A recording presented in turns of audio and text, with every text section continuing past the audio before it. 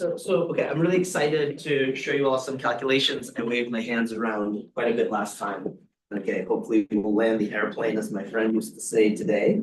Okay, so let me very briefly remind you of my notation. Everyone seems to have a different notation for neural networks. And okay, I think this is the best notation, but I'm a little biased. Okay, so actually, I guess my neural networks have no biases. Okay, never mind. Okay, so we have inputs x alpha in an n0 dimensional space, and we produce outputs that I call ZL plus 1 alpha in NL plus 1 dimensional space. And the way we did it was we just took the input and processed through a bunch of fully connected layers. At least that's the kind of case that I'll be talking about today. Okay, so this is kind of the input representation. And if I give you the representation after L layers, here's how I produce the representation after L plus 1 layers. So okay, if L equals 0, then I just have that I take, okay, I'll write it this way, 1 over square root of n0 times the weights in the first layer times x alpha. Okay, so that's easy. The first hidden layer representation is just a linear transformation of the x alpha. And then in general, I apply my nonlinearity sigma WL plus 1 applied to sigma of ZL alpha. And this is how I proceed. Right, okay, so that was my notation for the networks.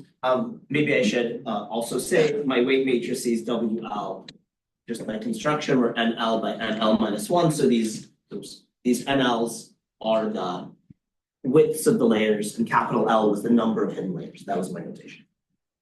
Okay, very good. And then what we were studying, and that's what I'll consider today, is the case of neural networks at initialization. So all of my weights are independent Gaussians with mean 0 and variance CW. That's my name for the variance. We chose it at some point, and then I got really used to it. It's kind of a strange one. Partly I didn't want to use sigma squared because I already have a sigma. Some people say use 5 for the nonlinearity, but there's only so much change a single human can tolerate, right? Okay, so this is kind of the setup. And here's the goal. Okay, so the goal is to walk through hopefully 2 or 3 short calculations, short-ish. So I want to present 2 methods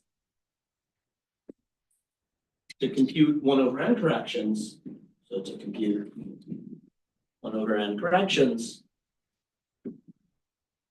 to the regime where we take the hidden layer width, so n1 up to nl are all large and proportional to a single large integer n. Okay, so that's the setting where I will remind you first. I wasn't here the first day, unfortunately, so I don't know if anyone showed you the Gaussian process derivation. But if Jim did, we will redo it. It'll be kind of like an appetizer, if you wish, a little delicious morsel. And then it'll give me a chance to introduce a little bit of notation, and then we'll compute 1 over n corrections to the Gaussian process limit. And then we will find layer-wise recursions for those corrections, and we will solve those recursions. Okay, we'll do lots of various things. To answer your question, I did not do the example in detail, so it'd be great. Okay, wonderful. So we'll do it. Okay, so here's kind of like warm up, step 0. So let's do the following calculation. So here's the theorem, if you wish. So if you fix the input dimension and the output dimension, and you take n1 up to nl to infinity. So then what do you get? Okay, I'll write it in a couple of different ways. Well, this whole stochastic process, this thing is a function of alpha, converges, you want to be very precise, converges in distribution, doesn't matter, to a Gaussian process with mean 0 and a covariance matrix KL plus 1.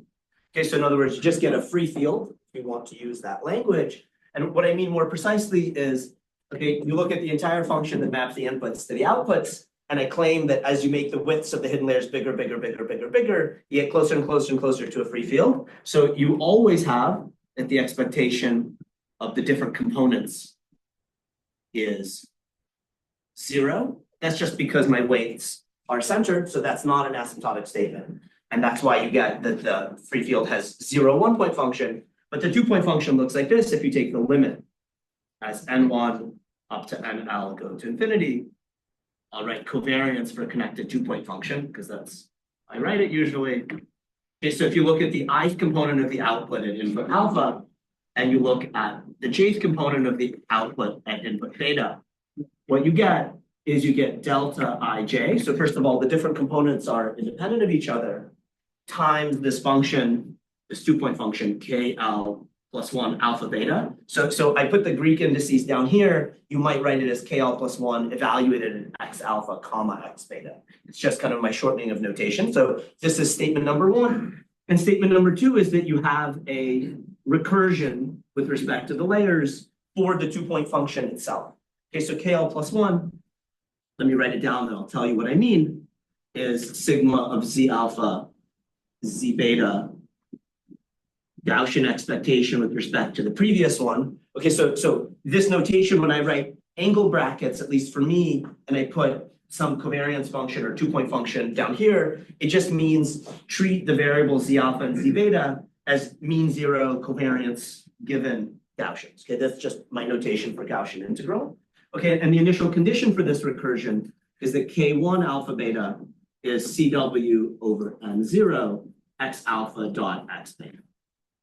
Okay, so what I'm telling you is that not only do you get a free theory at infinite width for every depth, but you can have a kind of, well, explicit but nonlinear recursion for the covariance kernel at layer L plus 1 in terms of the covariance kernel at layer L. Okay, so let's do this derivation. It's very easy modulo, a difficult thing which I won't attempt to prove for you, but that we'll use a couple of times.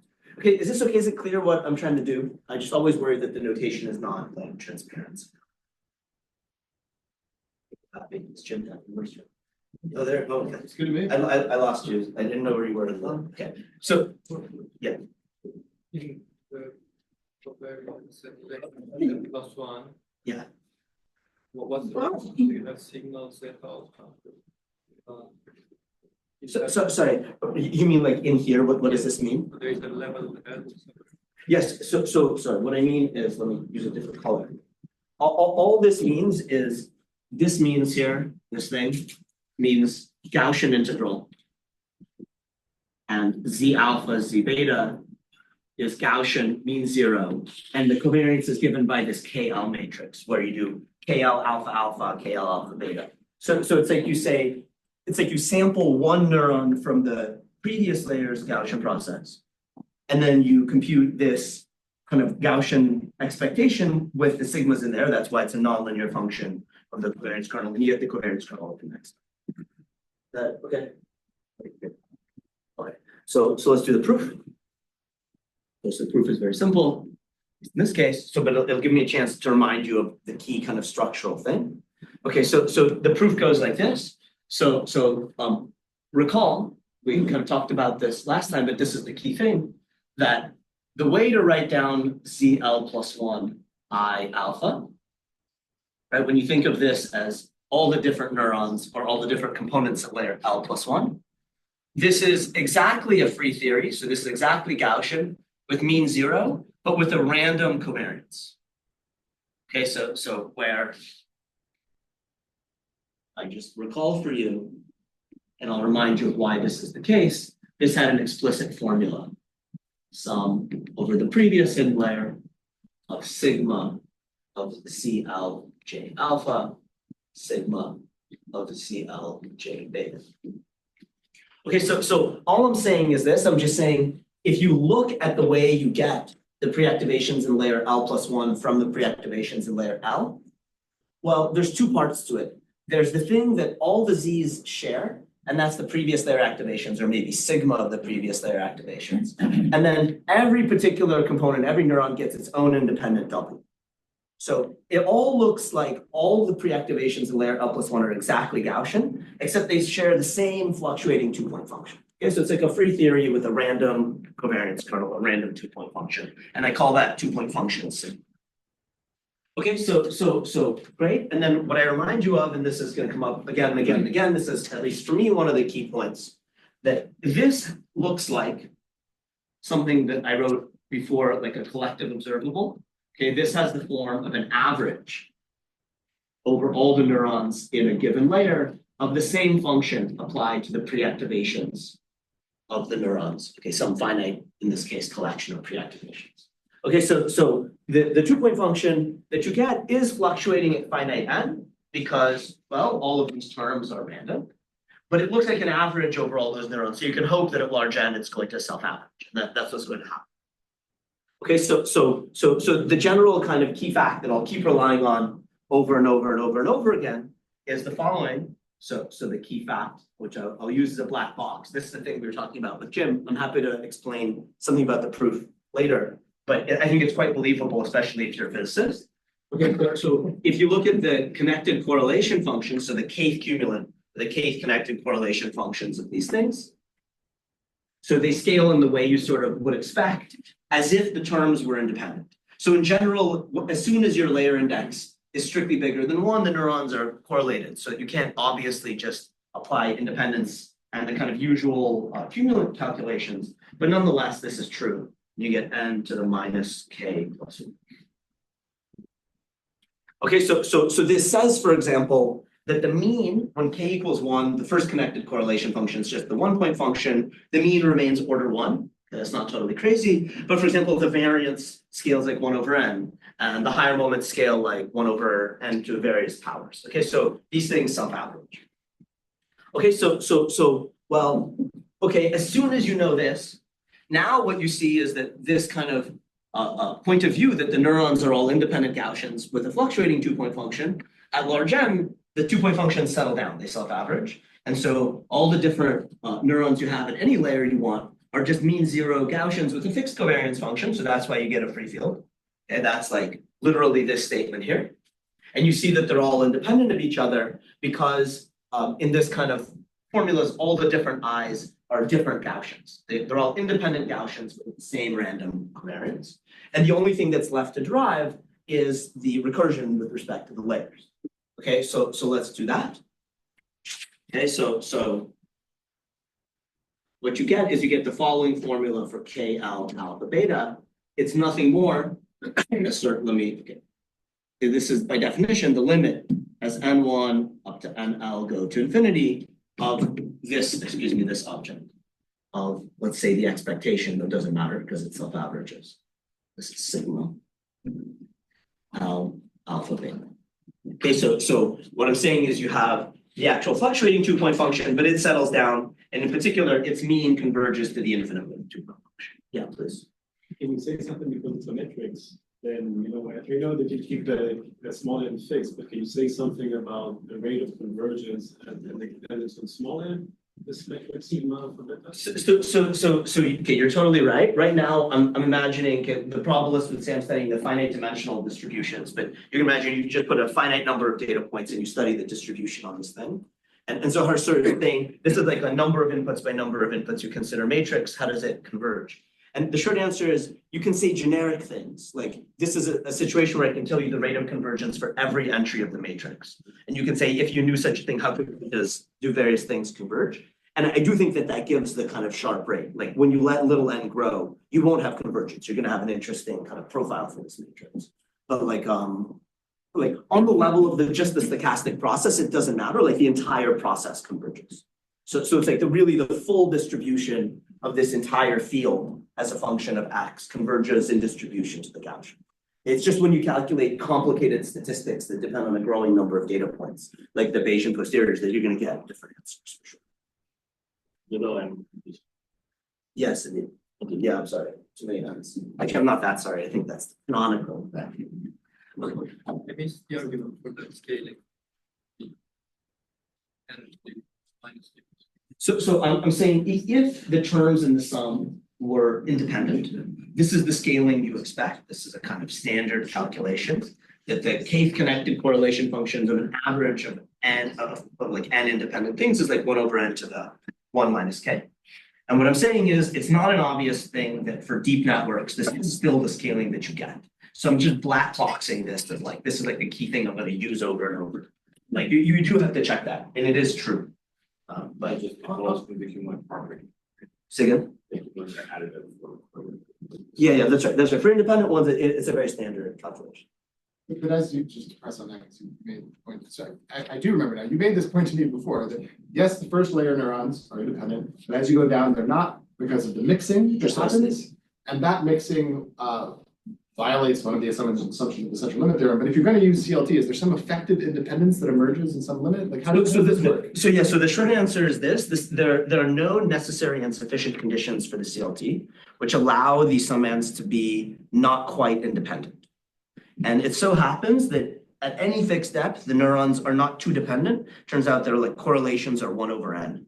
And that's what you need. Okay. But it wasn't totally obvious, and indeed what we'll see in a couple minutes is that like this is worse and worse at larger depth. And if the depth grows, then actually you're not in the CLT regime at all. And there's too much correlation between the neurons, and you break the CLT that way. Can I put it in my simpler language? Like when I give these talks, sometimes you're like, which version of the CLT are you using? Under what assumption? There's like there's like the vanilla version that you learn in undergraduate statistics, and you're saying that there are notions of weak dependence that are allowed with the still be Gaussianity. That's right. And that's sufficient. That's right. They're what are called triangular array CLTs. There's something called the Lindeberg-Feller conditions, and they're like necessary and sufficient. Okay, and that's the key thing, and you do not require strict independence. No, so they do not require independence. Right. Indeed. That's the point. Good. Okay. Okay, nice. Okay, so now let's derive a recursion for this. No one can stop us now. Okay, well, only we can stop ourselves. That's what I tell my students rather glibly. That's okay. So let's compute a recursion for the covariance kernel after L layers, or L plus 1 layers in terms of the previous one, sigma L plus 1 alpha beta. Okay, so I look at this formula and I say, look, the neurons are not independent, but they are equal in distribution. They're all created equal. So when I compute the ensemble average of this fluctuating 2-point function, I can just restrict myself to one of the averages over the sigmas. So right away, I get the limit as n1 up to nl plus 1 goes to infinity. So the CW in front survives, and I get the expectation of sigma, let's say of ZL1 alpha, sigma of ZL1 beta. Okay, and so, but now you see that the only thing that depended on the n's here was, well, sorry, it should have been NL. The NL plus 1 didn't even appear yet. So, but there's no more even NL because we were able to fixate on one particular neuron in layer L. And so I can just write NL minus 1 here. And then by induction, what we knew is that if we had studied a smaller neural network, this again converges to a Gaussian process. And so you get CW times this Gaussian bracket thing that I wrote before. Okay, so it's kind of this simple. You just get K done. Okay, so again, what I'm saying is if you had a 0-layer network, this is Gaussian on the nose, even at finite width, right? X goes to W times X is just Gaussian and you're done. And then you proceed by induction. If you knew it for 1-layer networks, you use this to conclude what happens for deeper networks. Okay, very good. So that was my appetizer. I hope that was a tasty little refreshing salad or whatever you all have. Is this okay? I'd like to get on to the 1/n corrections but it's not very reasonable to compute 1/n corrections until you know what you're computing the corrections to. It's okay. People happy with this? Andre happy with this? Is Andre generally happy? Perhaps. Okay, so Can I make a physics point that's weird about this? So this is the exact point function at all widths, right? Because the n dependence that's just dropped out. I'm sorry, you took into it. I'm getting it mixed up. Yeah, so we're playing with two things. We're saying the first thing you check is that you get a free theory and that the infinite width 2-point function is the limit of the average of the fluctuating 2-point function from finite width. Yeah. So this is the thing that in a moment I'm going to call G. This is my dressed 2-point function. It's like the 2-point function on the nose at finite width.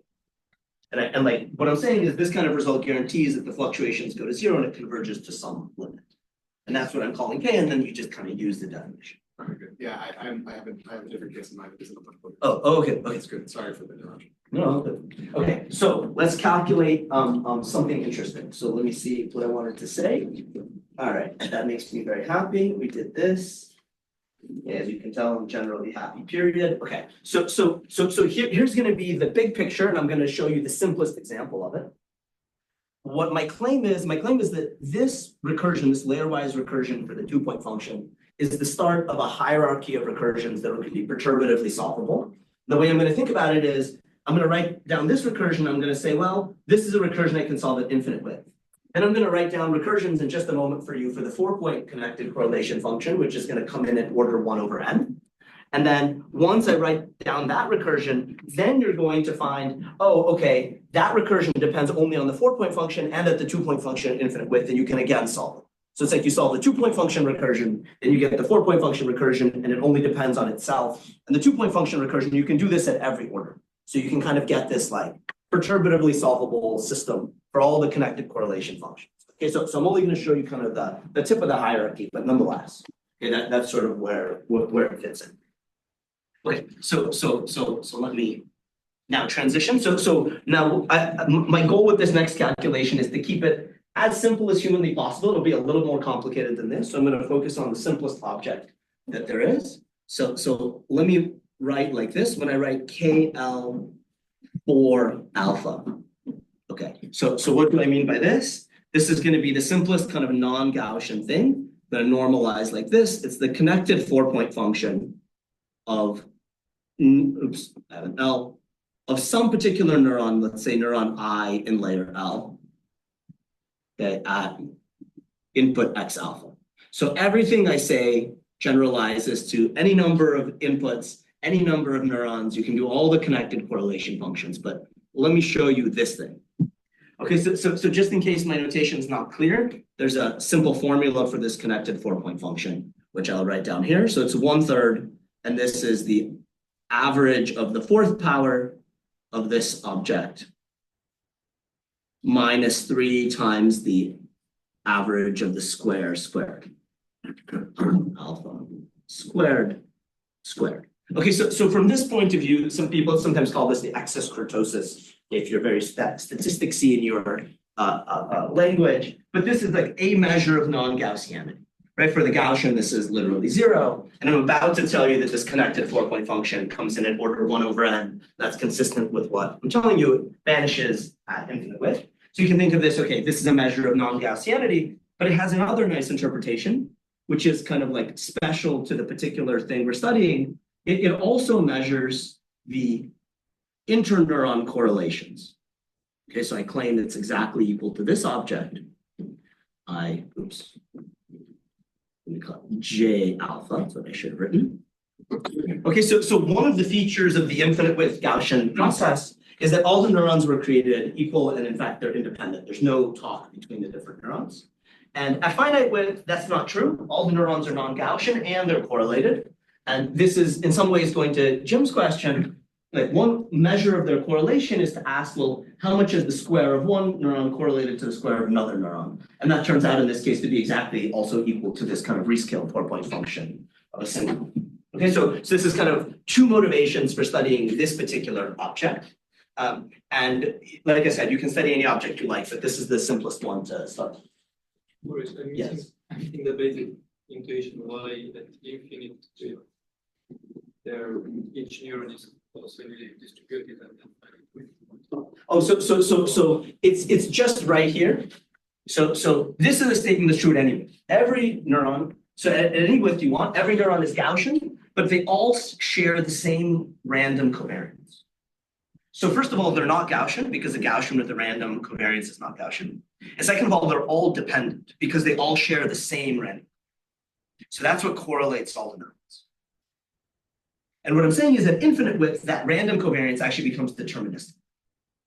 And so therefore, all the neurons are independent Gaussian with fixed covariance, i.e. independent Gaussians. And so I'm saying what you have to confront at finite width is the fluctuations of the 2-point function. That's what we're about to consider. Other questions? Okay, I'm about to write down a theorem, then we'll check it.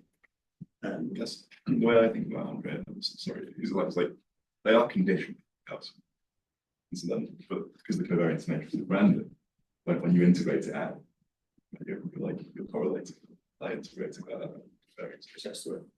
And so is that right? Or Yeah, that's exactly what I'm going to say. They are conditionally. That's precisely the way to say it. Right. Thank you. Thank you. So yeah, if you like the language of Markov chains, it's like the transition probabilities are literally Gaussian. So like if you condition on the previous there, you really get Gaussian, but like it's state dependent. You know, the transition probability did depend on some statistics in the previous. That's what we do. Okay, so here's the theorem. I'm gonna write it down and then we'll derive it. It's actually longer to write almost than to derive, but I don't know if that's a good thing or a bad thing. Okay, so here's my claim. So we have the following thing. So I'm going to derive for you a recursion for this connected 4-point function, or this rescaled connected 4-point function, which looks like this. Okay, so it depends on your initialization scale. It depends on the widths of your network. It depends on the infinite width variance that we already derived. Okay, and it depends on itself, of course. So let me write it. This is CW over 2, second derivative of sigma squared of C with respect to the Gaussian measure that you had squared. And then this is KL for alpha. Okay, so plus order n to the minus 2 corrections. Let me actually write it here. Plus order n to the minus 2 corrections. Okay, so what the heck is going on? What I'm promising you, let me write C alpha here just for consistency of notation. What I'm promising you is the following. If you want to know the connected 4-point function at layer L plus 1, so it in fact comes in at order 1 over n, the source term in this recursion. This is the infinite width variance of something to do with your nonlinearity with respect to the infinite width 2-point function, which I assume you've already calculated, and it comes in with the 1 over n. And then there's an order 1 prefactor, which again only depends on the infinite width Gaussian process. And then the original thing you were interested in, but one layer before, plus higher order corrections. Okay, that's what I'm about to derive for you. This is like, okay, that's a nice thing. I like this. So, and similarly, and in fact, you will see that these two things are basically the same, although maybe it's not obvious. So maybe you say, I don't care directly about the connected 4-point function. I want to know how to evaluate observables. So let me see if I did L plus 1 in my notes. I did.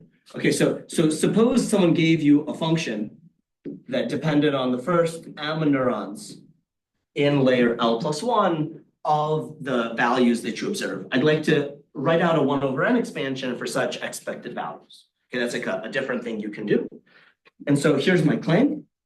You get the following thing. You get f of zi alpha with respect to, okay, I'm going to write g here, and I'm going to tell you what it is. G is just the dressed 2-point function, but I'll write that carefully. Okay, plus you're going to get a 1 over n correction. This kl plus 1 for alpha over 8 will appear. Okay, over 8 is a thing. And then you get the sum on j goes from 1 up to m. This is like an operator that you have to insert to compute the correction. So it's like a quartic thing. So it's the sum of the second derivative squared applied to f.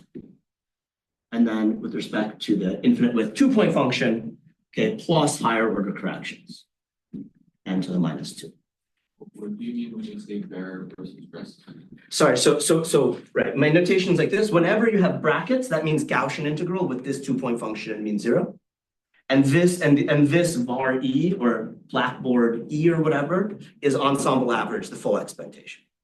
So this is like the thing you want, and this is the thing you can calculate. And let me just say, so in fact, maybe I'll put it here. So where GL alpha beta is just the dressed 2-point function, the finite width 2-point function. So this is just the expectation of CL I alpha, CL I beta. Okay, so that's at finite width, the expectation of sigma. Okay, so these are like, turns out 2 dual things. I'm about to derive them for you. More precisely, I'll derive this. And I'll explain how to get this. It's just a little algebra once you have that. Okay, so let me stop for 1 second because I'm going to do what I think of as a fun calculation. But I want to I want to see if it's clear why I'm doing what I'm doing. This theorem, you mean? Yeah. I think you're just saying you want perturbative control so that you can do a perturbative calculation around the Gaussian for any observable. Yes, I think that's a good way of saying it. Correct. To know what you can compute, everything in these brackets you can compute, Yeah. and then up to order 1 over n squared, you're good. Yeah, great. So in fact, I'll show you how to get all the 1 over n corrections, but I only wrote down the first couple. For any f. For any f.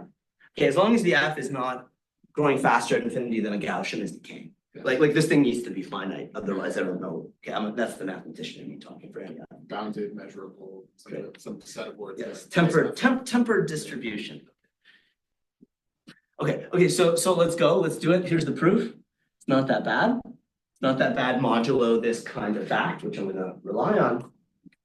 Okay, so for me, the key way to do this is like step one is like write everything via these collective observables, OLF. In fact, the one that's going to appear is just this dressed 2-point function, or sorry, not the dressed 2-point function, the fluctuating 2-point function sigma. Okay, so let me start with the following. So KL plus 1, I wrote it 4 alpha. So, okay, so maybe this is a good exercise. Audience engagement is key, so I'm told. I claim if you look at this formula here for the connected 4-point function with my normalization, it's easy to write it down in terms of the fluctuating 2-point function. And the reason you can do that is you say, each of these expectations, you can first condition on the previous layer and then compute the average and then compute the average with respect to the previous layer later. Okay, so what do I get? This is a third. I'll write it carefully. So this is the expectation. Okay, I'm sorry, this is the probabilist in me coming out of the conditional expectation, L plus 1, I alpha to the 4th given CL, right? Minus 3 times the expectation of the conditional expectation. Oh God, I didn't know it would take so long to write out. I would have given up before, but I'm too far into it. Okay, to give up now. Okay, so I just wrote this out. And now the point is these are just Gaussian integrals, right? Conditional on the previous layer, everything's Gaussian. And so what do you get? Well, this first one is, so you get 1/3. So you get 3 times this outer expectation, and the inner one is just the fluctuating 2-point function alpha, like this, squared, right? That's the 4th moment of a Gaussian, minus 3 times, well, the expectation of sigma L plus 1 alpha squared. So the 3's all cancel. It's almost as if I did this calculation before, and I just get that this is the variance of sigma L plus 1 alpha L. Okay, so all I'm saying is that point number 1 is this connected 4-point function is nothing more than the fluctuation of this kind of random 2-point function you get. That's just the way the Gaussian integrals work out. Okay, so that's going to be key, and we're going to use that. That's step 1. And then step 2 is I need to take this expectation, or really the second part of step 1, and I need to somehow rewrite this in terms of these collective observables or these sigmas also. Okay, so great. So next, okay, that's my filler word. I'm gonna erase this and try to write something sensible over here. This. Oh, that's a lie. I'm gonna start over here. More space. Space is always better than this. So let's do it.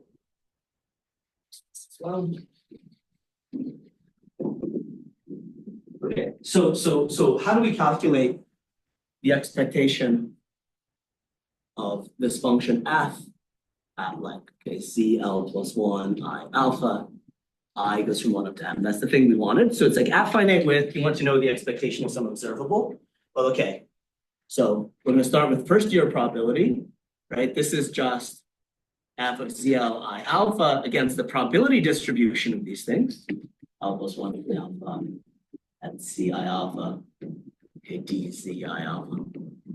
Okay, that was easy, but that wasn't very helpful, unfortunately. Okay, now we're going to do second year probability, okay, or whatever.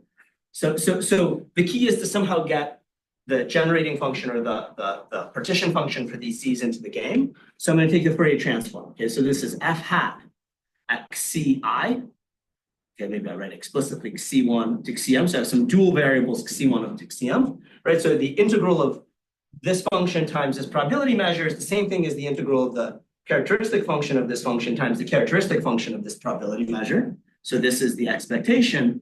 This is where the partition function comes in, minus I, okay, fine, times the sum on j goes from 1 up to m of Cj times ZL plus 1 j alpha. Okay, and this integral is dx c. So let me channel my inner physicist and put the dx c up front. Okay, is this okay? Is Andre happy?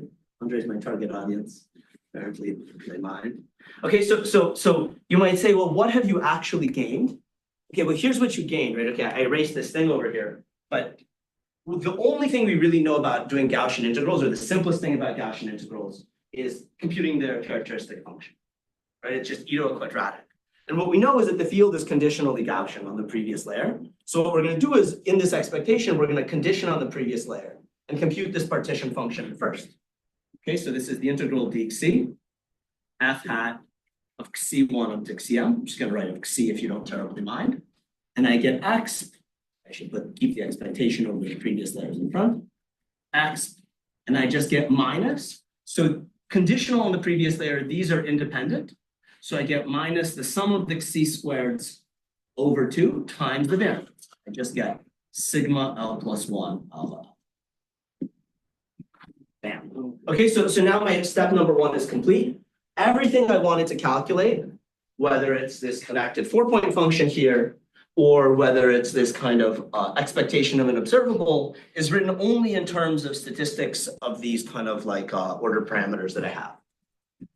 Okay, so that's the sigma right there. Okay, is this okay?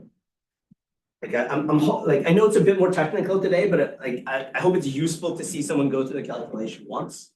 And I've attempted to refine the calculations as much as humanly possible, but there's only so much I know how to refine. Okay, so I'm going to write what step 2 is, and then you should tell me if you have questions or indeed comments about how to improve step 1. So the key property I said of these sigmas is to decompose, is that they concentrate or they self-average at large width. So you decompose into sigma L, which this is L plus 1, I wrote it alpha alpha, is equal to its expectation, sigma L plus 1 alpha alpha, plus the fluctuation. That's just my definition of the delta. Okay, and simple calculation is that this is just GL plus 1. That's the Dress 2-point function. Okay, and the reason this is going to be a sensible thing to do is that the theorem that I just erased guarantees for you that these fluctuations are small, that this thing is self-averaging. And so you should think of this guy. So maybe I'll rewrite here because we're about to use it. So recall that the moments of the delta L plus 1 alpha alphas. So I told you about the connected correlation functions, but you can go from connected correlation functions to these kind of centered moments. That's what these are. They scale like this. They're O of n to the minus q over 2 with a ceiling function. That's how they scale. Okay, so that's the translation from the connected correlation functions of sigma to the centered moments of sigma, right? This is just sigma minus t. So that's how they go to 0. These are the things that are about to give us the 1 over n expansion that we're looking for. Okay, so let me just stop for 1 second before I continue. Is this okay?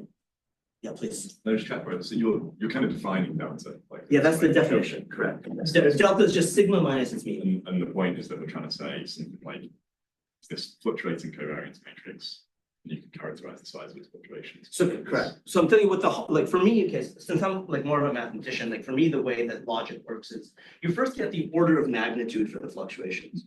And once you get this order of magnitude, you have to go back in and you use that to get a systematic 1 over n expansion, which is the part that I'm showing. Thank you. Okay. That's going to be step 3 in fact. Sorry, this is the implementation of step 2. So what do I get? So I get this expectation, just copying this thing, so I have it, of this m. I alpha, okay, I goes from 1 up to m, not too bad, is equal to, so I look down here and I say, oh, let me just plug in sigma is g plus delta. What do I get? I get the integral of f hat of c. I get a deterministic thing to come out, x minus c squared over 2 times gl plus 1 alpha alpha. And I get the expectation of x of minus c squared over 2 delta L plus 1 alpha alpha, right? That was the only fluctuating quantity that I had left, was this delta. And now you start to see, you know, if this object weren't here, you just get Gaussian integrals against the dress 2-point function, but you have to treat this object with some care, and we're just going to Taylor expand. So not that much care, but a little bit of care. Okay, and the Taylor expansion is exactly going to give you a power series in 1 over n because of this relation up here, as I will now explain. Alpha alpha. Okay, so I call my index q. So you get minus a half to the q, because there's a minus a half, 1 over q factorial. Then you get c to the 2q norm, and you get the expectation of delta L plus 1 alpha alpha q. Okay. If you're a mathematician, you have to worry about convergence of these things. And I promise it's okay, but we're not thinking like mathematicians. So we just write this out. And now the key point of this, like I promised, this is now literally a power series in powers of 1 over n. That's what this guarantees. And now you can just pick off the different parts. And you see that the kind of operators you have to insert into the Gaussian expectations are just going to come by integrating by parts like c onto the f. Okay, so let me write, for example, the first term. So the term when q equals 0, right? All of this thing here is just 1. And I just get the integral of f hat against the characteristic function of this Gaussian. So this is nothing more than f against this Gaussian. Okay, that was the theorem statement when, it's hard to say. Here it is. That was like the first term in the expansion. Sorry, this should have been L plus 1 in my normalization. Always go back and forth between the two. Okay, nice. But now we can calculate the next term. So maybe while I'm erasing, someone can tell me, what is the term when q equals 1? Just to see if anyone's actually listening or if everyone's just dreaming about playing Candy Crush or whatever. It's D2F. That's true. But what is this when q equals?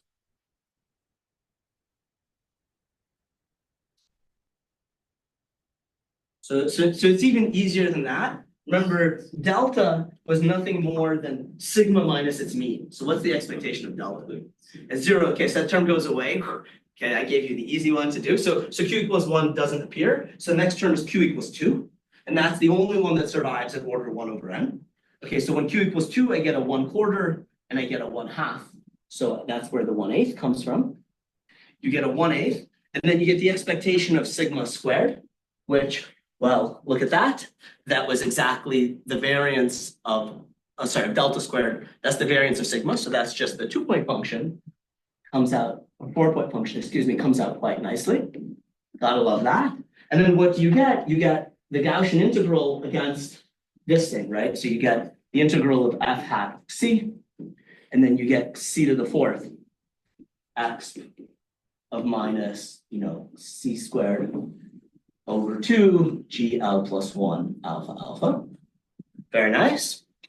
And then, so how do you integrate this by parts? Well, 2 c's are like 2 derivatives. And so when you plug this in, let me just, rather than rewriting everything, just say, this integrates by parts to, like, the sum of the squares of the c is just the Laplacian in your variables.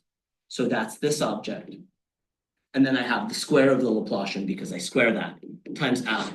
Okay, with respect to this dress 2-point function, if you want, plus O of n to the minus 2.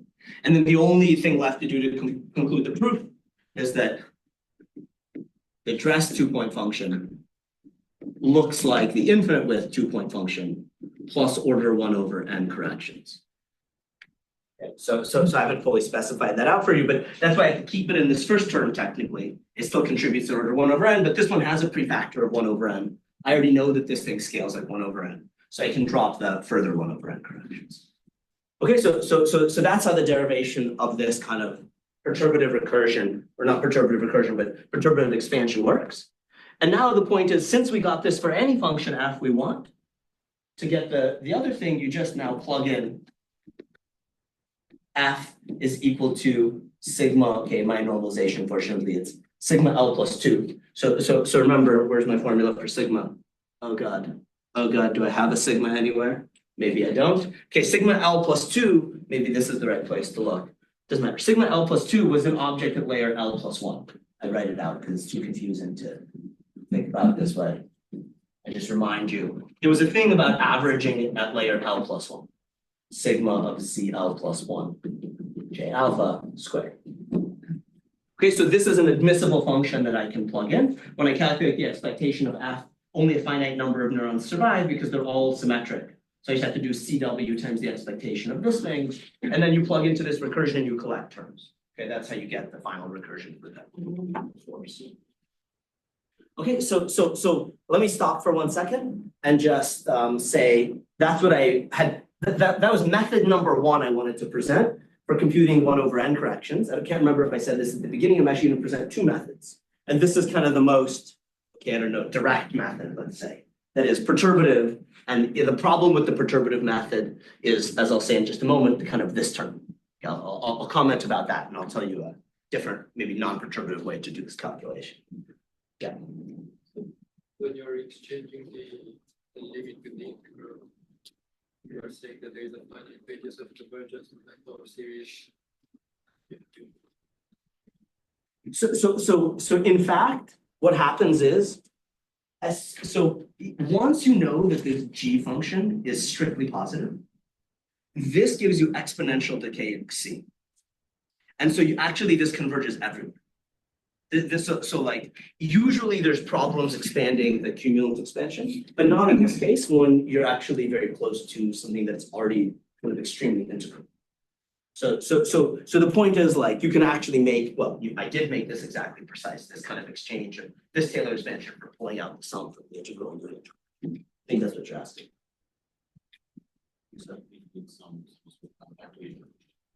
So okay, yes, of course you do. So indeed, so okay, for me, I think what I needed is I wanted sigma and its derivatives to be polynomially bound. That's enough, and F needs to be a tempered distribution. Then all the Fourier rules are. Yeah, that's right. That's right, and F is a tempered distribution, so F hat can't grow faster than this exponential at infinity, so everything is nice and so for sure when you state the mathematical theorem, like some assumptions are needed, otherwise it's not even clear these expectations make sense. Yeah, for sure. For anything people basically use is going to be fine. It just can't grow e to the quadratic. And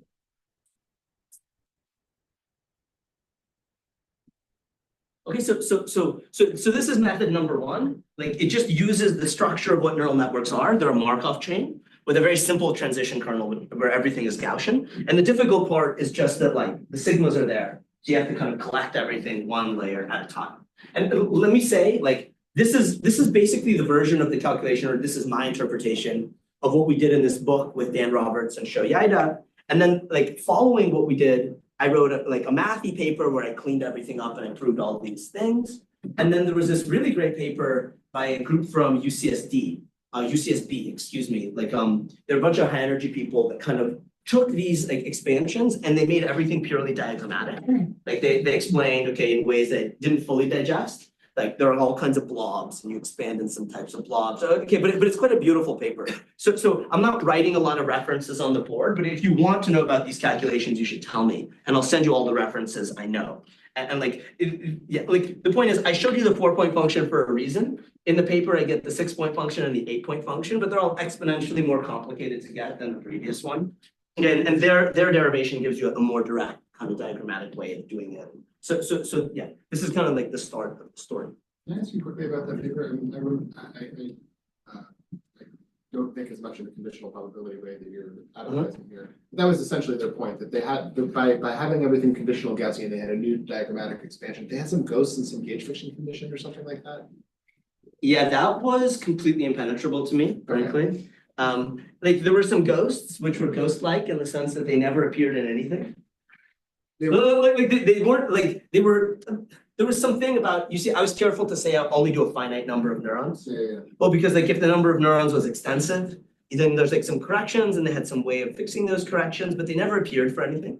So I asked them, like, is there any example where that comes up? And they said, we don't know. And so I kind of ignored, honestly, that's my, but like, yes, they had some other stuff. But I guess your point is that at an order 1 level, this conditional Gaussian way that you're advertising business computation, some physicists did come up with a diagrammatic way of doing that. Yes, that's your point. That's exactly my point. My point is, like, when you do this thing, like I think maybe this is the place to look. this now looks like a very special kind of calculation to do, right? All the dual variables actually became one-dimensional, only the norm of C matters. And so this gives you like a particularly simple diagrammatic way of collecting derivatives, right? That's sort of what I would say, and it's just powers of the Laplacian that come up as you can kind of tell in this extension. Yeah. Other questions? Comments? So, sorry, this is here, but I think you were going to tell us, you told us at the beginning that your first theory was that this thing converged in measure. Is that right? That's right. So I did, yes. That's right. That was what you advertised really. So at the moment you have this order n to the -2 correction, which is not, I mean, it's not really bounded, right? So when I say this, what I mean is, so Anita, this is what I'm gonna say next. So two things. First of all, when I say big O of n to the -2, I mean, I fix the depth, I fix the nonlinearity, I fix the input, everything is fixed. And all that's changing is n, and then it is bounded by a universal constant times 1 over n squared. However, a part of the issue is, and maybe this is kind of like a natural segue into what I said last time, is imagine now solving this recursion, right? So let me say something about that. And I'm going to make a point which is going to bring your point kind of to the fore, I would say. So let me erase this. And let me just very schematically write down what the recursion looks like. Okay, so roughly speaking, what we got was that KL plus 1, 4, I'm going to drop all the other notation, was like a constant over n plus some other constant times KL4, okay, plus some lower order correction. That was kind of schematically the recursion. So, okay, so there's a whole discussion in the book and like previous papers that talked about signal propagation in neural networks. There's a kind of fine-tuning question where you can choose this weight variance CW to make this basically equal to 1. That's what's going to make this recursion stable at large depth. If this constant C prime is approximately equal to 1, then you're not going to get exponential growth or decay of your connected 4-point functions. Okay, so that's connected to something practical. How do you initialize your neural network? So allow me to assume that I've already done this fine-tuning. And then what do you get? What's the order of this object as a function of L? Right, so well, you have a bunch of source terms in the recursion, and each one of them is a constant over n. So this looks like L over n times a constant. And so this is kind of the first indication, you might say, that the large depth limit is like a relevant perturbation for these 1 over n expansions. You know, you thought at finite depth that everything was great. This is just a 1 over n correction to your free theory. But actually, if you take L and n to grow together, it's not a small correction necessarily, and it can in fact dominate. Okay, but I'm sorry, I don't know your name. My name is John. John? John Wheaton. Hi. So there's kind of a beast under the surface, which is what about this 1 over n squared? So it turns out that this 1 over n squared is actually a O of not just 1 over n squared, but L squared over n squared. Oops. Okay, so that's kind of this picture that I was drawing. This is a very perturbative way of doing the calculations, and you lose a lot. You can't go beyond the perturbation theory in an obvious way. You could say, well, why not expand this term? Okay, you'll get L over n squared plus O of L cubed over n cubed. You know, you're not going to get too far doing that. You need a different method.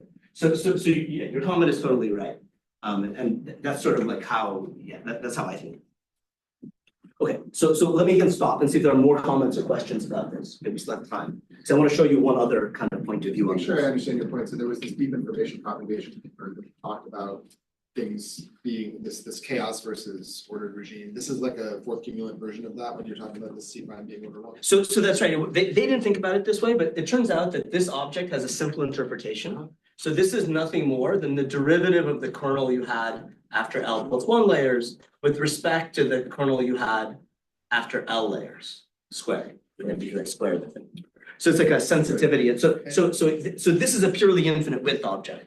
And their argument was you don't want the kernel to blow up at infinite width as you grow the depth. The reason I was confused, I remember their paper all being about 2-point functions, and you're saying the 2-point function is related to the 4-point function by exactly. Precisely. So indeed, like you can ask, you want the 2-point theory, the free theories not to be like pathological at large L. Yeah. But I'm saying like, in fact, it comes back in spades when you do the higher order corrections too, right? If your free theories, you're perturbing around or varying wildly, so do the 1/n corrections. But they didn't realize that statement about the cumulants in their paper. No, they didn't. You're saying that this is extra information, that the thing that bites them will also bite you in the cumulants. Yes, precisely, indeed, that's a good way of saying it. Is there an easy way to track the building or weak terms in the data?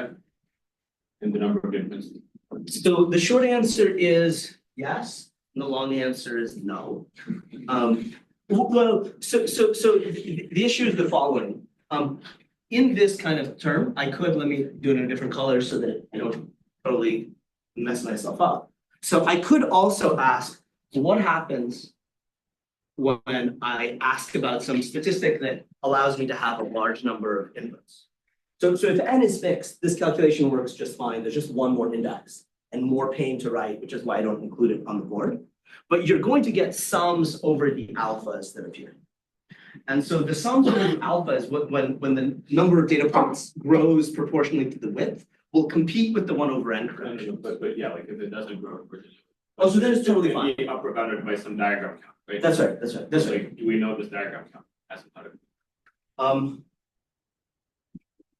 The short answer is, I think that this work that I alluded to of Banta and Shang and Craig, and I'm probably missing one of the co-authors, this diagrammatic thing does know how to do it. These papers that I wrote don't try to track it. Clear, obvious, like correct. Well, what I mean is like there's an exact formula, but it's got a bunch of sums, but under some conditions, a bunch of the sums might be subleading. You know, and that's the kind of thing I think you're asking about. So you should, I think you can track that, but I didn't try. So the Z is in Jim's talk was the 5. That is the output in your model. So my Z is The like final Z. the final Z is just the output of the neural Right, network. so it was not Jim called 5.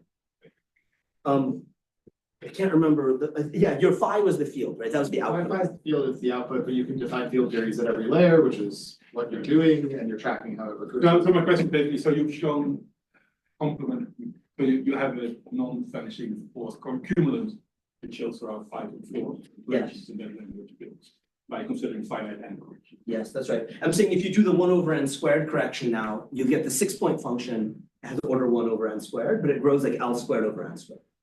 So as soon as one of the cumulants comes back, you can't get an exact 5-4 theory in this way. Yeah. All of them will appear and like, but you can get it perturbatively if you think of L over n as small. Then you can kind of, you know, truncate at 5-4 level.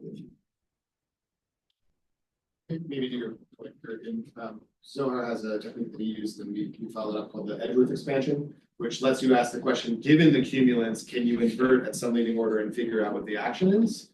And in general, in these sorts of situations, you will get some sort of non-local coordinate that corrects the Gaussian. And, you know, it's an interesting thing, but it is not simply local hypertheory. And because there's all the corrections Boris mentioned, and even the quartic at leading order and 1/n is not local. Okay, so let me, since we're talking about it, also just kind of remark that, you know, one of the motivations I gave for doing these calculations is being able to do Bayesian inference with these null algorithms. And then you're required to consider situations where the number, you have to evaluate basically the outputs of your neural network on all the data points that you're hoping to use in your likelihood. And so in that situation, that's when the number of data points you get will actually compete with the width of the network. And you can get new corrections that are actually leading order. The number of data points over the width is order 1. And that's the kind of thing that Zohar has written quite a number of interesting papers about and a recent review, which I'm looking forward to reading. So I advertised it. I skimmed through it and I was like, oh yeah, definitely gonna read this one. But like, what I'm saying is like, this is kind of the start rather than the end of the story. Maybe that's what I'm trying to emphasize. It's like, but these techniques are very flexible, as you can tell. You can even do them on a board. But like, they're not that bad. And you all are probably much better at doing these calculations than I am. A little embarrassing how slow I am at doing these. Good. So let me erase some things and then tell you about the second method to compute 1/n corrections, which is actually non-perturbative. Okay, it's a thing which you can also solve perturbatively. It's what we often do. But there is a non-perturbative, like kind of diagrammatic method for computing corrections. And this is related to, okay, at least I think about it as a variant of path counting. or matrix products. But okay, I will explain. I'm gonna keep the theorem up for a moment. Okay, so let me to kind of transition to that, let me make a remark. So let me look at a couple of examples of nonlinearities, and let me solve the 2-point function recursion to show you that something is happening that maybe you didn't appreciate was happening before. Okay, so the simplest nonlinearity is the identity. And remember, the 2-point recursion looked like this. The 2-point function at infinite width was CW times sigma Z alpha Z beta with respect to KL. Okay, so the right thing to do, it turns out, for fine-tuning the weight variance at initialization is to set CW equals 1 in the context of linear networks. And so here we just get Z alpha Z beta KL. And hey, we get KL alpha beta. Okay, that was easy. Wow, that was nice. So all this is saying, and this is actually not a statement about infinite width, this is true at finite width too.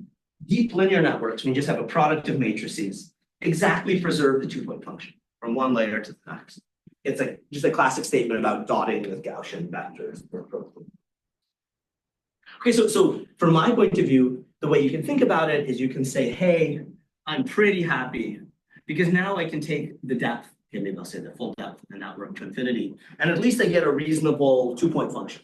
Okay, so I can do perturbation theory, I can ask what happens. When you do the finite width corrections, the L over N stuff appears, that's what I've been telling you about. You can specialize everything I said to these deep linear networks. Okay, so but then you might say, well, deep linear networks are a little sad, so maybe I shouldn't be so happy about this. And let me calculate what happens when sigma of t is the ReLU. Okay, just as a reminder, the ReLU is like one of the more popular activations in practice. And it's very simple-minded, it's just the maximum of the input and 0. Okay, so if the input's positive, you keep it. If it's negative, you zero it out. Well, okay, so here a really interesting thing happens. So I will just report to you the answer of the calculation, and I will leave you the joy of doing the calculation yourself.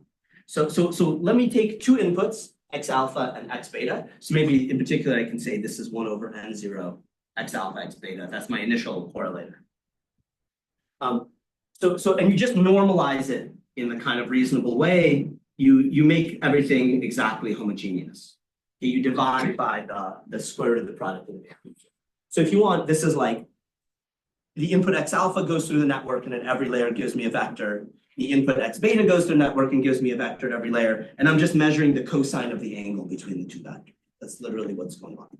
So what happens is, it turns out, this scales like this. This is 1 minus an explicit constant over L squared plus O of log L over L cubed. I think it's, well, that's 1s3. Yeah, you can do a little better than that. But my point is this, the cosine of the angle between these things goes to 1. And what that means is any two inputs that you give me get closer and closer and closer and closer and closer and closer together at large depth. And that's very sad. Okay, this means that as L goes to infinity, the 2-point function is just the product of the 1-point functions. And you get a really degenerate free theory. Okay, so this has implications for training neural networks. This is basically the reason that deep ReLU networks are untrainable. They take any two inputs and they map them at initialization to basically the same random output. And if you think about propagating gradients to that kind of map, you took the cats and dogs and they're all the same, and now you're telling me that the outputs have to be different, and you get like plus infinity for your gradients. It gets very sad.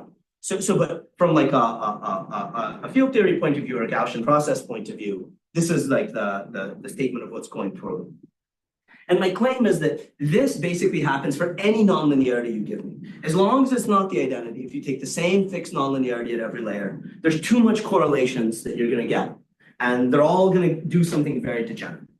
Okay, so people realized this over time. And there was this idea, which I think is really beautiful, that to study large L, at least for these fully connected networks, you need to do what's called shaping of the nonlinearity. Okay, so what I'm saying is, if the nonlinearity is linear in every layer, you're fine. If it's nonlinear, not. So what you have to do is in every layer, it should be close to linear. The question is, how close? So let me give you an example.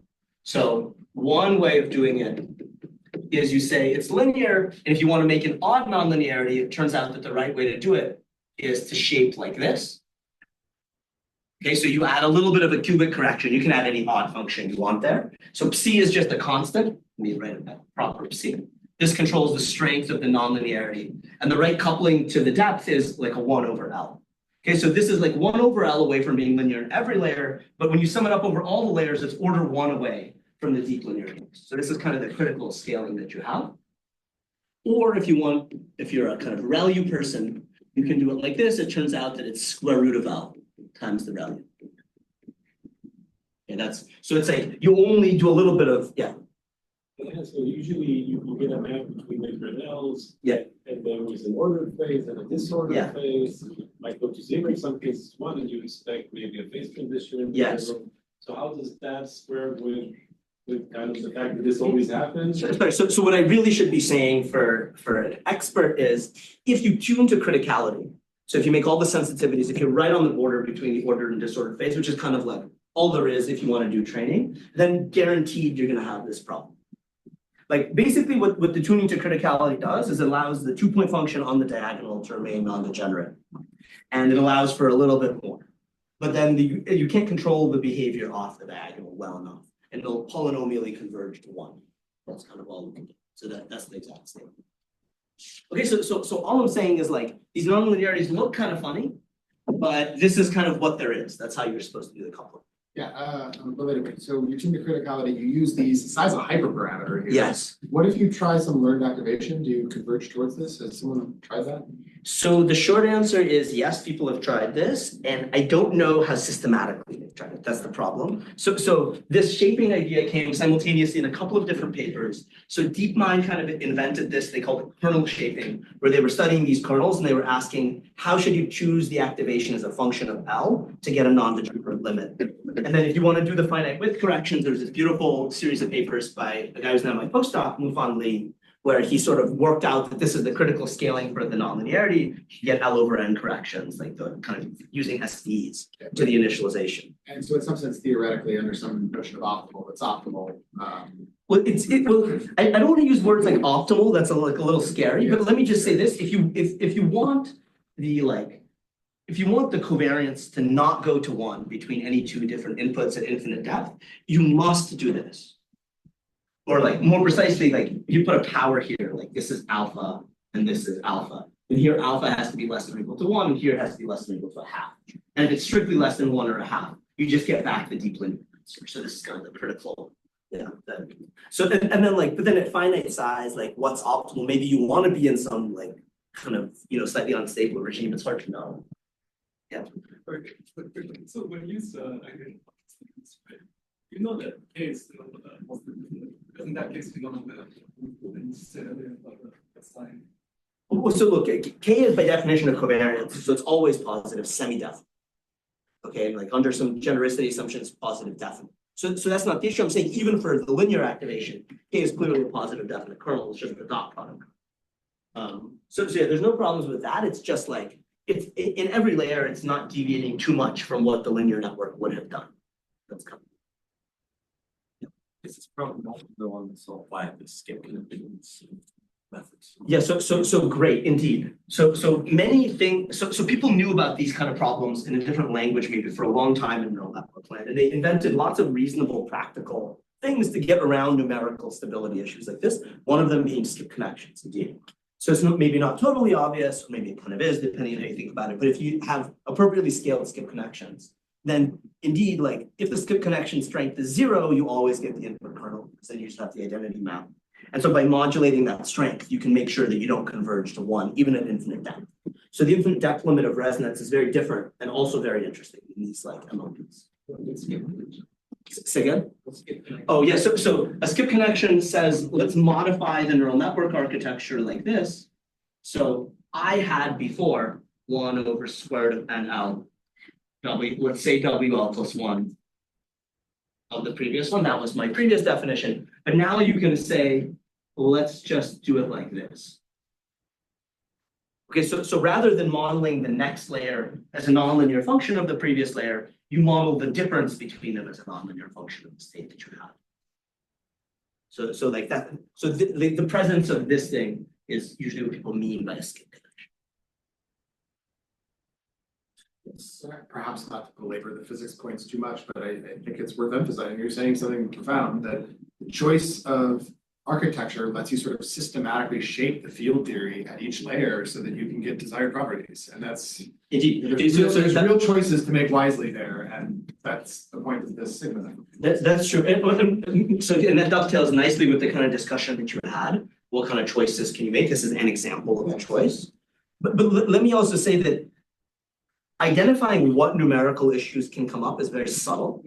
And like, that's why it's actually important to do the asymptotics really like, and understand that like everything that you want really remains order one. That's like the key to having these networks be trainable at large scale. And so it's like this, like Jim's comment is actually there on steroids when you take like a more complicated neural network rather than this very, very simple-minded kind of like fully connected thing, which is just the toy case. But the calculations I show you can be basically deployed for anything you like. They're kind of bulletproof in that way, just very painful. Going to become on the normalization that we're using, otherwise critical. Yeah, so okay.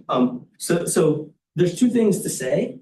First of all, if you just think of 1 over square root of NL times the weight matrix, this is the normalization you need for an n by n matrix to have order 1 singular values. So this is kind of like standard random matrix theory calculation. And if you just think of it in isolation, this is kind of quote unquote the only reasonable thing to do if you think about changing the width of the layers.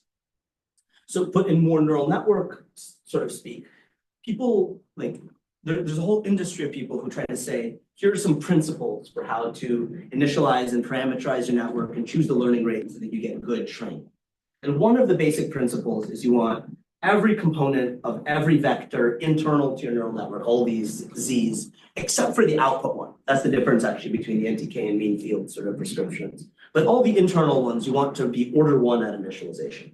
So that like, as you scale the width and the depth and other things, like you always get some order 1 number when you start training. And that statement I made about the singular values of these matrices is the statement that this matrix times a vector whose coefficients are all order 1 is going to be order 1.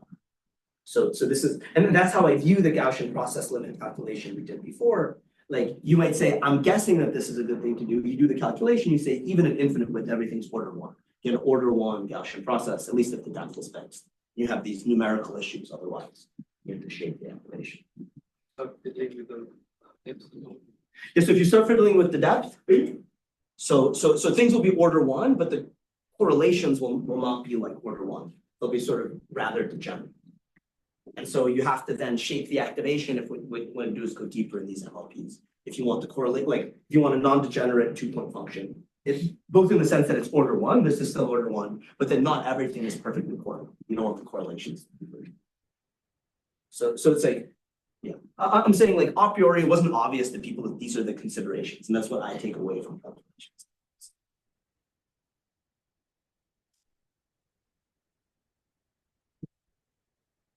So, okay, I'm slowly moving to the second thing. I'm clearly not going to present the second thing, except to say a little bit about it. Okay, so I've motivated for you that you need to take shape nonlinearities. And one of the things that I've had a lot of fun recently doing is working out Bayesian inference with these kind of nonlinearities. Okay, so we started with the case psi equals 0, just a deep linear network. And it turns out that that's an exactly solvable model. People didn't know that before. Doing Bayesian inference with deep linear networks, you can write down the posteriors exactly. Okay, so it's like, well, I'll tell you about that if anyone is interested. But then it turns out that there's a kind of formalism for computing all the correlation functions for any psi that you like. Okay, so that's what I want to briefly tell you about. So let me just say the key sort of observation is if you want to do Bayesian inference, that's what I mentioned yesterday, you need to know very well the joint distribution. So this is the question you need to answer, so I'll put in question marks.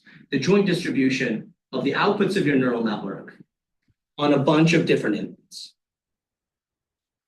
Right? Because that influences the likelihood, you have to understand all the correlations and how they come up. Okay, so we also saw that the joint distribution of the outputs on any number of inputs is Gaussian, but with a fluctuating 2-point function. So let me say like with sigma capital L plus 1 here. And remember that this sigma capital L plus one, it's like alpha beta entry was just this dot product. I'm going to drop the CW for now. So it's the dot product between these vectors, Z L alpha, sigma of Z L beta. Okay, so what I'm saying is, if you want to know the joint distribution of the outputs, all you have to know is the full distribution of the fluctuating two-point function. That's all there is.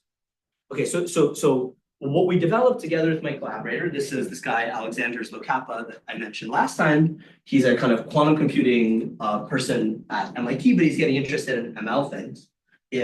So there's a diagrammatic formalism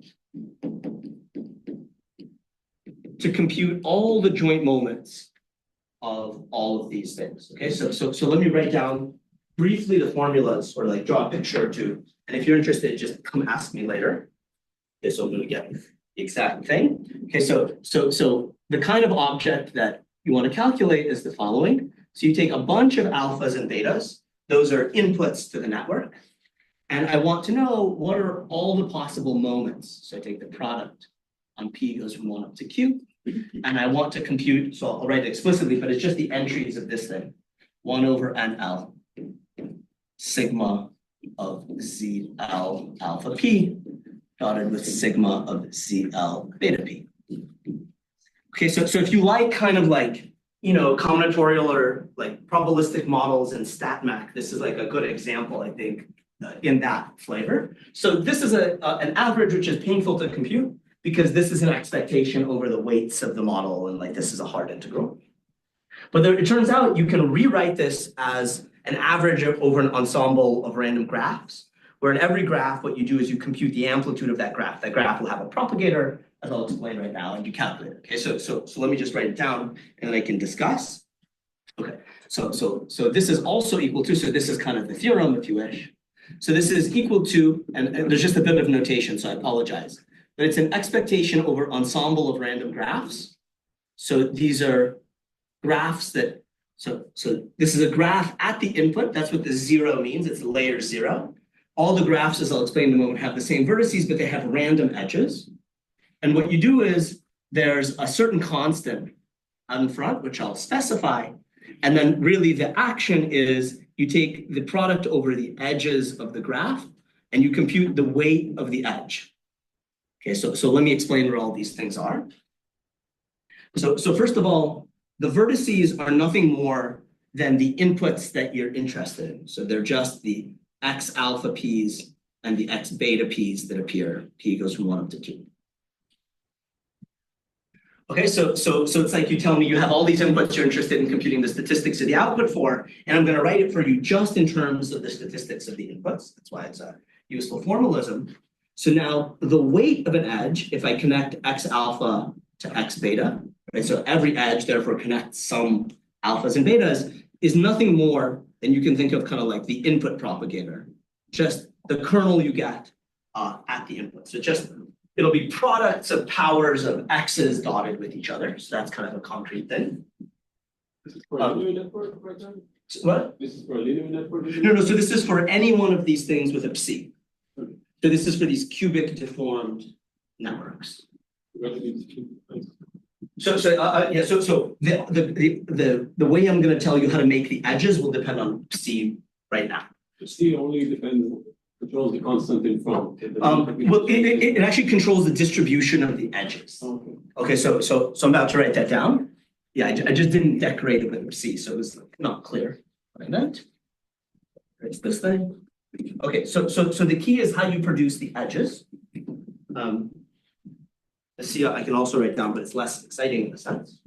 Okay, so the starting point is the following. Okay, let me draw this in some hopefully transparent way. So we start off with X alpha 1, X beta 1, X alpha 2, X beta 2, and you go all the way down to X alpha P and X beta P. These are all the inputs that you're given. This is the vertex set. Okay, so nice. And I'm going to use that color in just a moment. So the initial edge set, the edge set at the output, is nothing more than the things that connected the alphas and betas. So notice that at the output, there's a natural pairing about which alpha sub p was connected to which beta sub p. So it's just x alpha p, x beta p, p goes from 1 up to q. So you start off just like this. This is the edge set at the output.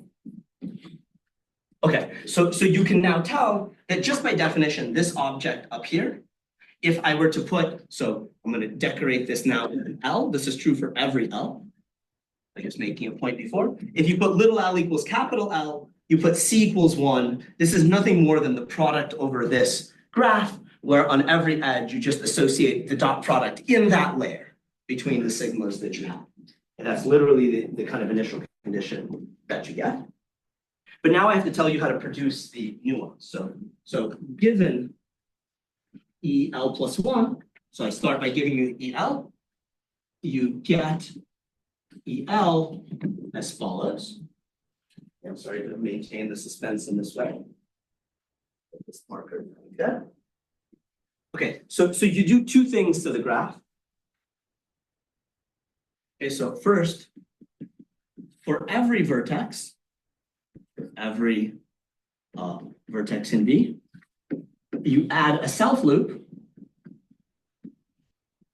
with probability that looks like this. So it's the absolute value of C over L times the degree of that vertex in EL plus 1.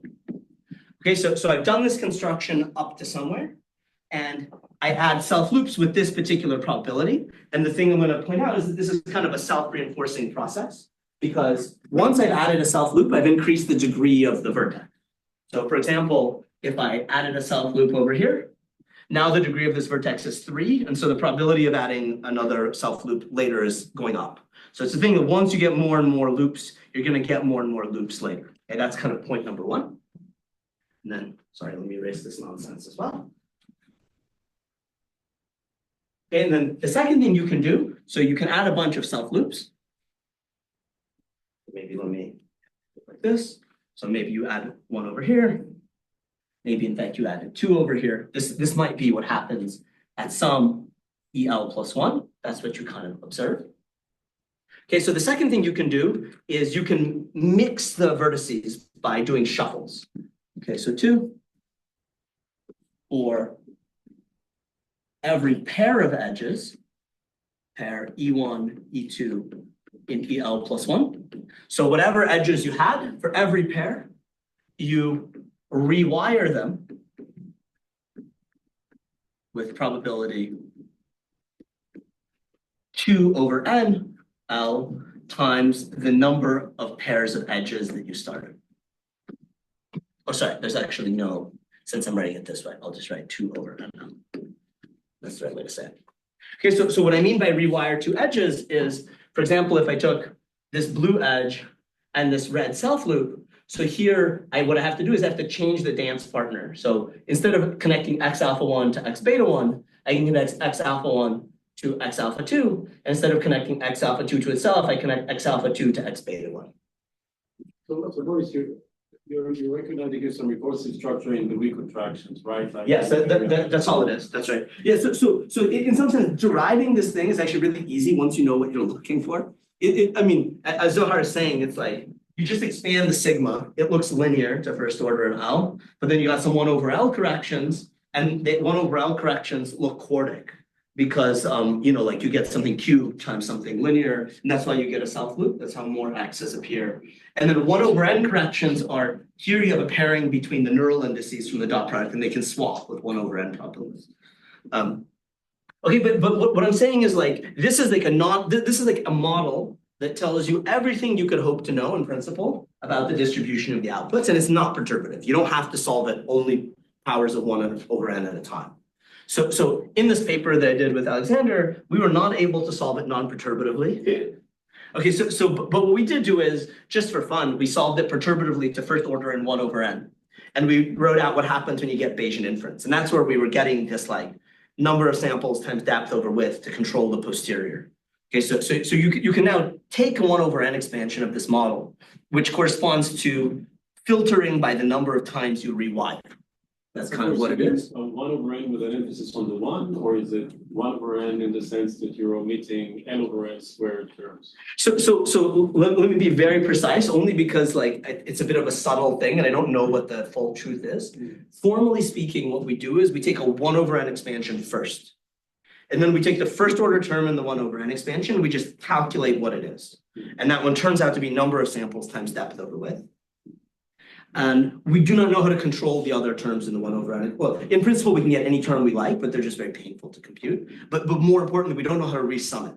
And so we're not sure we're not missing something. I don't think we are. So in the diagram you drew a lecture ago, you took lambda to infinity, that might. So that was it. So right. So for the deep linear case, everything's exactly solvable and we get the full diagram. It's a completely non-perturbative calculation. For these weakly nonlinear things, I say weakly, but they're still like quite nonlinear. It was just like pretty painful. And we're working on some non-perturbative way to do these calculations now to actually see the whole diagram. But like So the linear part is small orders, but the nonlinear part. That's right. That's right. So I would say the nonlinear part we did in the paper to first order. You could do to higher orders, but we didn't try. And it's unclear what the status of the resummation is. Yeah. Diagrammatic modeling is generally non-perturbative, you just did the calculation of it. Correct. So that's the thing that I like about it. This is like a thing, and this is like, this feels like a fun model. You have some combinatorics, you know, like the number of samples, it's interesting when it's big. It's some process on random graphs. It really looks like amplitudes of something, I think. But like, it becomes a mess because once you start wiring different things to each other, everything becomes correlated. So that's why these rewirings are kind of like the difficult. At least that's the way we were thinking about it. But maybe tomorrow someone comes and tells me your model's trivial. It's actually the 6 vertex model, you know, with like 2 flavors or okay, whatever. You tell me something, I'd be very happy. Okay, I think I should stop. I think it's kind of like I started 10 minutes late. Stop 9 minutes late. We'll give us 1 minute back for the whole last.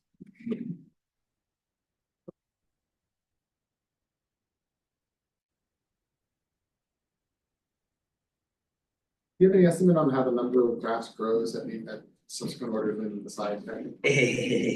So I was hoping somebody wouldn't ask. No, I'm kidding. So the short answer is this. When the dust settles at order 1/n, you only get one diagram that contributes. However, we didn't know which diagram it would be, and there were quite a number we had to compute and then realize we're subleading. And so like, okay, I didn't quite have time to say it, but doing these diagrams gives you some like explicit formula for the features you learn when you do the Bayesian inference. Like they deform the kernel at first order in 1/n, and you can really kind of do it. But yeah, that a priori the number of diagrams is like horrific. And you'd like to understand the control between order inside and order in 1/n, I guess. So that there might be some sort of. You're saying a leading order inside, you've got one graph contributing to 1/n. You really have to show. Well, what I would say is as soon as psi is not equal to 0, Yeah. like we at order 1/n, there's only one graph that ended up contributing, but like a priori there were like whatever 20 graphs, each of which was quite painful, and then you had to integrate against the likelihood to get the posterior. But like there was like a certain amount of pain, which I can't say that I hated, but like maybe don't recommend. Depending on your, you know. I missed something basic there. Your perturbation theory is in 1/n or your perturbation theory is in psi when you said you did it? No, 1/n. Psi is fixed. Any number you want. That's what it is. Yeah, sorry. Yes, psi is like the strength of how far you are from the linear model, from the deep linear model. The second option is linear plus gradient, which you both know separately. So correct, but like this is, so we never did any of the calculations for this. Yeah. I mean, so in the fullness of time, I would like to do those calculations, but. So if you don't use the length as discrete, I mean, you should. And I think maybe this is the wrong thing, but this seems to be calling out for a matrix model, so in particular, like some kind of graphs. Is this a model that you can write down in some? So I wouldn't be surprised if it could be related to something like that, and I was unable to do it.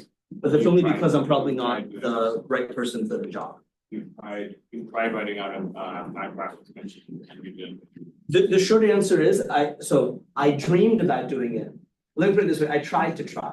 I think maybe that's the right thing to say, and it didn't work. So I wouldn't say I tried. Okay, I don't know.